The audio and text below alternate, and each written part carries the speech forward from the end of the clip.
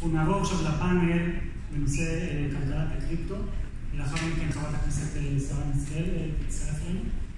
אז אני מזמין בבקשה את עורך דין גיא לחמן, שותף בפרל כהן, את אלון מור, מנכ"ל ומייסד של בלוקס, ואת מר אוליבר כהן, מיסטר אוליבר כהן, פאונדר ו-CEO של אקונומי, ואת רותם פינקלמן שמצטרפת אלינו, שהיא הסמנכ"לית שיווק וירטואל ביוטו. רותם?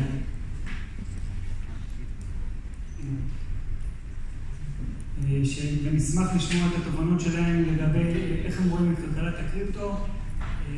גיא יוביל כל מהשאלות, ונשמח גם לשמוע את רותם את המוצר ואת השירות שקריפטו וירטואל קריפטו מציעים לשוק הישראלי והגלובלי בכלל.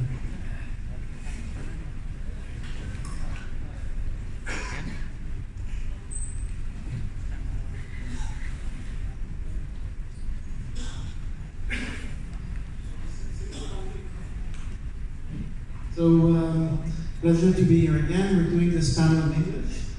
And I think maybe each one of you could just present yourself, but try and do it in 2 sentences. If it's possible, I know it's a challenge. Let's start with you, Alon. I'm the CEO of Blocks. And what do you do in 1 sentence?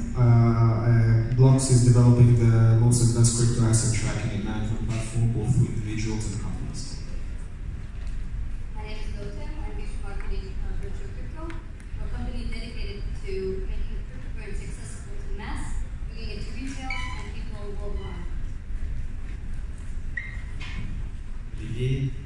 Swiss-based financial intermediary economy, building a bridge between crypto and fiat, and crypto and the banking industry. Great, perfect. So let's start with Rotem, because I think the 2 other gentlemen already spoke. And Rotem, how do you see the main challenges today in the blockchain sphere in comparison to the traditional banking system?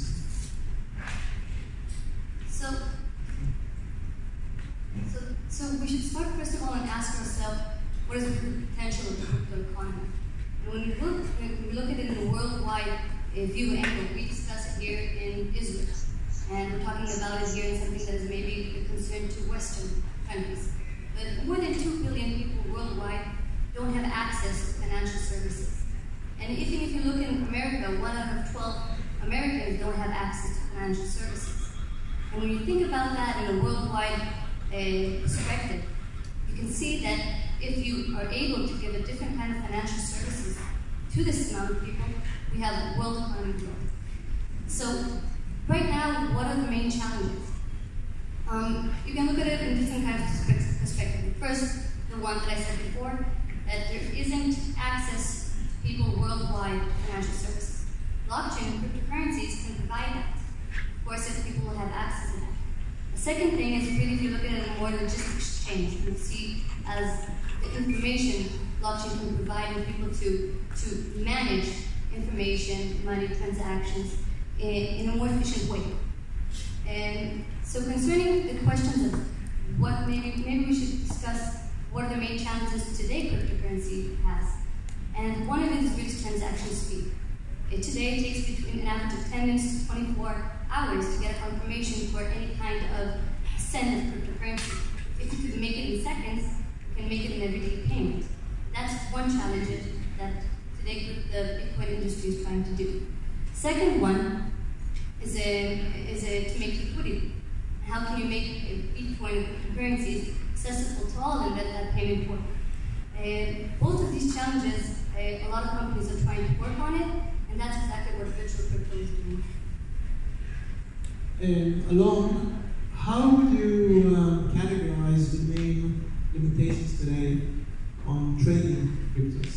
How do you think, take into account what Rotem mentioned, how do you think that these challenges would be met, would be mitigated when it comes to trading? So challenges from which perspective? The difficulty in trading, difficulty in purchasing, selling, the environment in general. So I think anything that has to do with onboarding or on-ramp or off-ramp from crypto is extremely difficult mostly because of the banks. Well, I say 95% because of the banks. When you trade in crypto to crypto, I don't see any. Obviously, there's friction, but it's much more fluid. Your platform, how did you deal with that issue in your platform or in stuff that you do? So again, I mean, the trading itself when it comes to crypto is very, very fluid. You have tons of possibilities, a lot of liquidity. The problem mostly is on ramp and off ramp. So fiat to crypto, crypto to fiat. What we enable is to make order from the whole net. So if you have a ton of cryptos and you trade them in different places, store them in different places, it becomes a challenge, especially if you're trying to be compliant with tax, accounting, transparency, or any of those things. But I think what brought crypto to the main screen is trading. I think in some places it's harder, some places it's easier. I mean, in the States, depending on the amount, it's much easier. In Israel, I think at one point the banks simply said no, even for buying crypto from fiat, which is very extreme. So telling people you cannot use your money to whatever you want, which is at that time and still today is not considered illegal and probably won't be. But so that's the main, I think, friction point. So taking that maybe to focus maybe on the way the Swiss people have dealt with these difficulties. Maybe Olivier can speak a little bit about the Swiss model, as in a way world leader when it comes to digital economy. I think the Swiss regulators understood that it was not a threat in the first place. And most of the problem that countries in the world have, banks have with crypto and Bitcoin in the first place is a matter of perception. If you put where Bitcoin comes from, if you put that back in context, people have a perception that it comes from the dark web and it's obscure, illiquid. But nowadays, we try to convince banks and compliance officers that digital ledger technology is a very powerful tool whereby you could trace the investment back to the origin of the funds, which is really what they are trying to document and corroborate. We say to accountants, we say to compliance officers, if you put that back into context and you actually understand the tech, then you can realize that it's even easier to onboard and to document that cash transactions or sometimes wires. So it's just a matter of changing the perception that we can very well corroborate the fact that many investments in cryptos, even from the early days, were legitimate. Another challenge also, and that's where maybe the Swiss are in advance compared to other jurisdictions, is that they realize that crypto is not just an investment. It's also a means of payment. And in Switzerland, you can go to ATM, which is very developed throughout. BT did that. They put Bitcoin ATM all over Switzerland. You can buy against credit card, against cash, or you can sell as well. But it's not just, it goes beyond that. You can buy a train ticket with your Bitcoin in every train station in Switzerland. And if you go to Zug, basically, even if it's not, December was not very friendly for this because you were paying very high transaction fee, but you could make purchases with your Bitcoin. So it's just a matter of perception, in my opinion. And when Israel realized that it can be used very friendly and it's not obscure, then the bank attitude will change and the regulators as well. Feel free to, if anyone wants to comment on this, just grab the mic. I actually don't see that the big, obviously Bitcoin and other cryptocurrencies have big potential being means of payment, but I don't think it's the big kind of heroic moment for blockchain. In most Western countries, means of payment and store of value are separated completely. And I think the bigger potential is being store of value instead of a payment method. I don't think any of us have a problem going and paying with a credit card. Most of it, it's frictionless. You have recurrent payments. You have online payments. It's not such a huge problem. The bigger thing I think is actually being the store of value and what's the underlying kind of infrastructure for financial instruments. And so I think there is the big potential. I mean, one of the first things people did with Bitcoin is to create credit cards working on Bitcoin. So it's kind of self-deprecating. I think that's maybe the bigger image, and because of that, I think that's the bigger problem for might it be the government, regulators, banks, to really understand how to treat that. If it was only a means of payment, that's a whole different ballgame. You have a lot of, especially in Europe, you have a lot of freedom to create means of payments which are outside the regular banking system. But because it's a store of value as well, it's a whole different ballgame. How do you just go ahead? I made one start to this. I think that the problem with the store of value mantra is that if you look long term, you compare Bitcoin to gold, you say that gold, for instance, is a store of value and Bitcoin is equivalent as a digital store of value. You put that in context with the monetary inflation supply. Yes, it's true, but why does the mass doesn't believe in this mantra? Because when you say store of value, you hear no volatility, not so much volatility. And we have a problem with the mass going Bitcoin because, yes, they might think it's an investment, a way to get rich quick, but they wouldn't pour the core of their assets, their hard-earned money, into an investment that can go 20% down a day or 20% up a day. I believe that Bitcoin can be a store of value if there is an actual economy around it. Because the more payment and transaction there will be, the more used mainstream it will become, and the less volatility there will be. So I do believe it can be a store of value, but an economy is. This is interesting because something that we are really into is what my friend just said is there's a chicken and egg scenario. And on the one side, to make cryptocurrency something that is like an everyday payment system, an everyday finance service, you have to, on the one hand, let the mass adapt this, actually use it. And on the other side, there's the education point of view. Do people know how to use it? Do people want to use it? I could ask you guys and ask you what the awareness of Bitcoin is worldwide, and I think my grandmother knows what Bitcoin is, and I think that her sister knows what Bitcoin is. But if you ask them, or your sisters, or your nephews, how do you use, how do you buy, how do you spend cryptocurrency, I'm not sure they would give you the answer. So in order to make the marketplace on the one side less brutality by the mass adopting this alternative financial system, you have to make it accessible.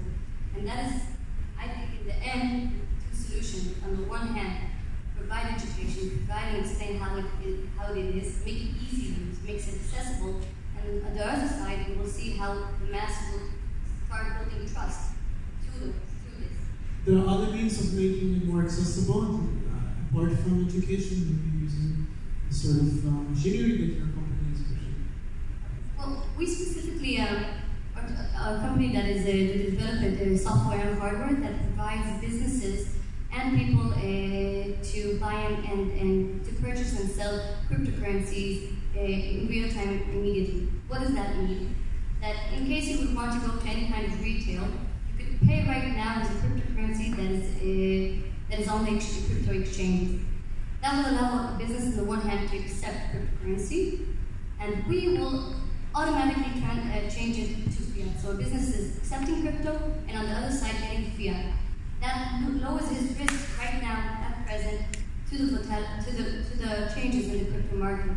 That is something important that we understood from retailers, and when we surveyed and asked businesses what would make them want to put some kind of point of sale terminal that it will allow their customers to pay them in crypto, they said, I want to know that this water that costs $10, I will actually get $10 on the other side. To do so, we have to find a bridge. Tell them, put a point of sale that will allow the mass to pay in crypto, and on the other side, provide him a solution that he will get $10 and not lose anything about that. We believe that as time goes, and as more and more people can see that it's usable, that it's spendable, that it's accessible, then businesses will also be less vulnerable to changes in the markets. I think the main challenge now is also, as meaning from day one of the main challenges is also the security question. And maybe I will refer this question to Alon. How do you think, first of all, that those security risks are giving a very bad name for the entire industry, obviously, everybody knows. How do you think that we should overcome these security risks? So, first of all, I'm not entirely sure that the security track record for crypto is less good than security track record for banks or big financial institutions, or there's a ton of crime happening there. But what I will say is there's always trade-off. So when the first computers came in, your trade-off was that you all of a sudden have a need to put a lot of information about yourself and about your hobbies in a place, but that place was disconnected from the world. And so the risk was that someone breaks into your house, can steal the information. Then the internet came and said, okay, well, now everything is connected. So your trade-off was, you can share with the world as fast as you can click, but you trade off security and privacy. And we're seeing the same thing here. You're trading security and privacy, this time with your financials, to something which is, in several levels, much better than the current system. And so that's the trade-off we all do. I think that with crypto you have really good solutions in terms of personal security and also corporate security. I think most of the hacks happening are hacks, it's growing pains. I mean, it costs a lot of money, but it's growing pains. I mean, when the first bank got hacked, they started building safes, right? And when the first safe got hacked, they built better safes. And so that's the evolution of what we're seeing. Just don't want to be the victim of that. Nobody wants to be the victim, but everyone wants to benefit from it, right? So, I mean, that's part of the risk. That's why it's not for everyone. That's why I don't think it's the absolutely best, brilliant idea to, buy cryptos if you're not taking the risk. Buying cryptos with the entire wealth of your family. It's part of the risk. You have volatility risk, you have security risk, you have privacy risk.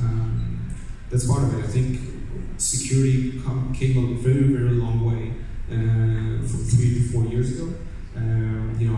Today exchanges are being attacked probably more than any financial institution in the world, and for the most part they're holding up. For the most part, when they're getting hacked, obviously money is getting stolen, but it's relatively very, very low amounts in respect to the volume they have. And so I think, the industry is doing a very good job. Nobody wants to get hacked. They're even now talking about private key recovery, which is incredible. I mean, one of the principles until now in blockchain was when you lose your private key, or then that's it. You don't have any money. But now there's schemes for, they call it social recovery, I think, or something like that. So you have several different authentication steps which are unrelated, with which you can reconstruct your private key. So even, going even deeper and saying, if you're negligent and you lost your private key, you still can recover it. So I think they're doing a very good job. And there's a ton of education. Nobody managed private keys until now. So. Thank you. So I think another challenge is it's a word that we see very often, KYC, know your client, and AML procedures. Maybe I'll ask Olivier, how do you see the future of KYC procedures? How do you deal with that in your company? That's definitely a challenge. All the cases that we've onboarded were very specific. couldn't be so much standardized when you are talking about large assets. What was very interesting lately when we developed our activities and went to the market of KYC for ICOs, we had to standardize the AML KYC procedures for small contributors. The regulators let us adopt a risk approach. Just basically, there is less risk to do money laundering when you invest small tranches, like $1,000, $2,000, and when you come up with a $500,000 investment in an ICO. So we have drafted a procedure that we submit to the regulators that they approved on, and they agreed that we basically asked two investors in small tier their name, address, passport. This can be automated with the passport, NLZ, ORC recognition. We do forensic analysis. The client isn't even aware of, but this provides us enough comfort to understand where the coins come from.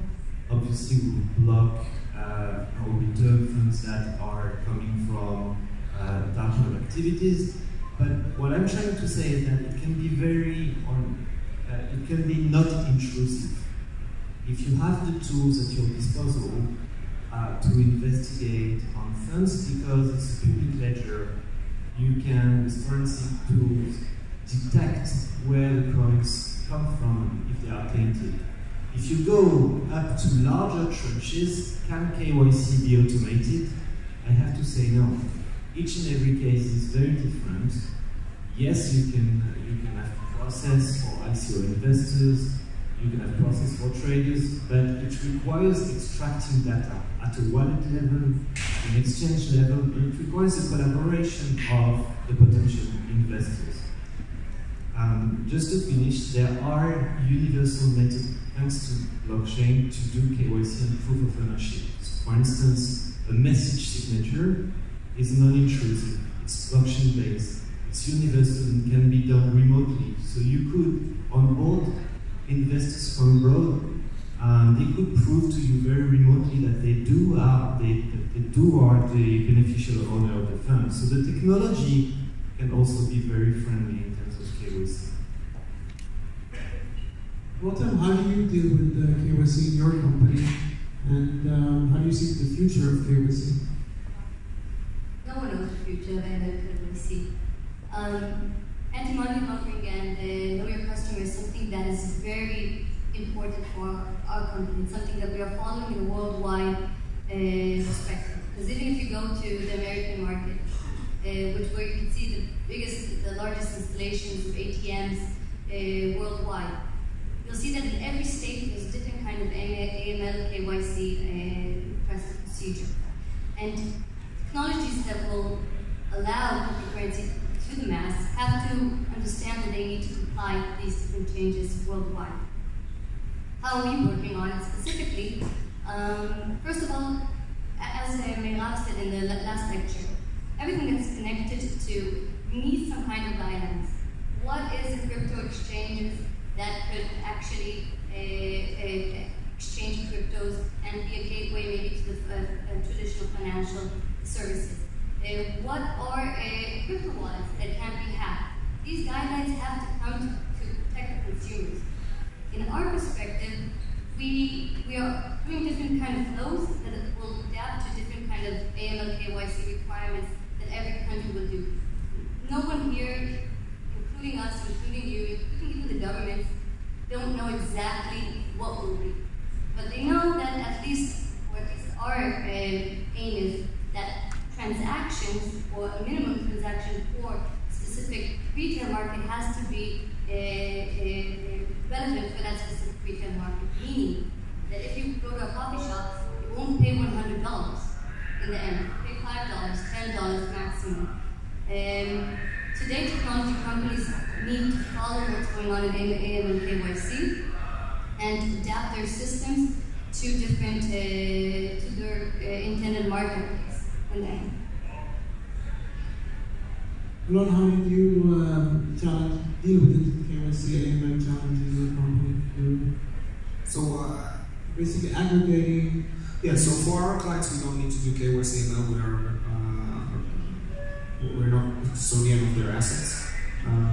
But in general, I think that KYC and ML is great. I mean, again, part of doing business. I'm not sure it's what's holding back the crypto space. I think most of it is due to a lot of the different service providers who do not want to have anything to do with cryptos. So you can do the best AML and KYC, but at the end of the day, they'll still say no.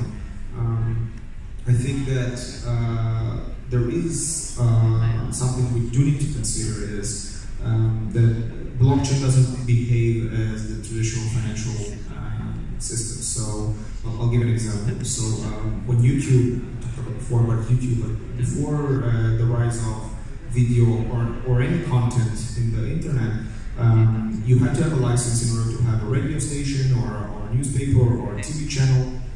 And so, following that logic, government or regulators will, ask the same from YouTube channels because they are providing content, they have ads, and so on and so forth. But it's not something the internet or the movement of the internet accepted, and I think that those regulations and those procedures will have to change with blockchain as well. You cannot expect ICOs to behave like IPOs. You cannot expect money movement to behave the way it is behaving in the traditional finances. But why? Because it's fundamentally goes against blockchain. So you can do that. I'm not saying no, but if that will be the end result, blockchain is probably not a technology you should adopt. If you try to mold blockchain into what you know today, you'll end up with a system which is marginally better, maybe. Again, not entirely sure, because blockchain is very expensive in certain different ways. And so, if that's the end result, then that is sad. The question is whether there is any middle ground, Of course there's a middle ground. All parties, and I think that the regulators understand that. By the way, it's the first time in my professional experience where I see not only companies compete with one another, but governments compete with one another as well. And one of the things we're seeing now is, for example, not officially, but the US regulators said that Bitcoin and Ethereum are not securities. And I'll give you a tip, this is what we know. Probably the US regulator will not even decide what a utility token is. It will simply say what the guidelines are not to be considered a security. And the reason why they did that is because everyone was sure that they will say everything is a security. And the reason why they did that is because they know the next day the Chinese government will say, well, if everything is security in the US, then everything is a utility in China. And so, governments have to understand, and they do understand, they need to be competitive. And competition is finding the middle ground. So that's why I'm saying I don't think KYC, AML, by the way, any other procedure which has anything to do with regulation, compliance, or the traditional finances world will be the same in blockchain. I think it will be different. I think it will adapt the benefits of blockchain, obviously still protecting against the different things government seems to want to protect. But things will be different. You cannot mold blockchain into what you already know because you'll only have a slightly marginal better system than you will have. So with that optimistic approach, I'd like to thank you very much to the dear panelists, and thank you for the audience again.